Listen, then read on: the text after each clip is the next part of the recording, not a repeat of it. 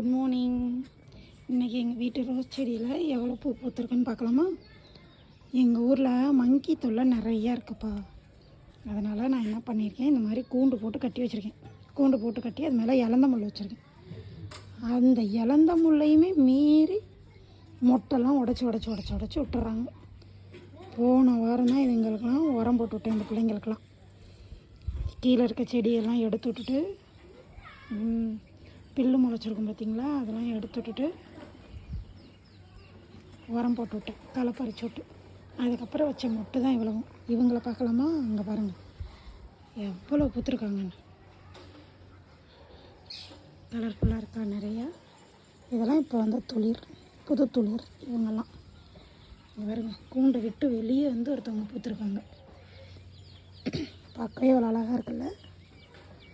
நாங்கள் பூ பறிக்கிறதா இருந்தால் இந்த முள் அப்படி தூக்கி விட்டுட்டு தான் பைப்பேன். பாருங்க எவ்வளோ பூ வச்சுருக்காங்கன்னு. அடுத்து இவங்க இந்த பாக்கெட்டில் 20 ரூபா பாக்கெட்டில் போட்டு தருவாங்கள்ல, இவங்க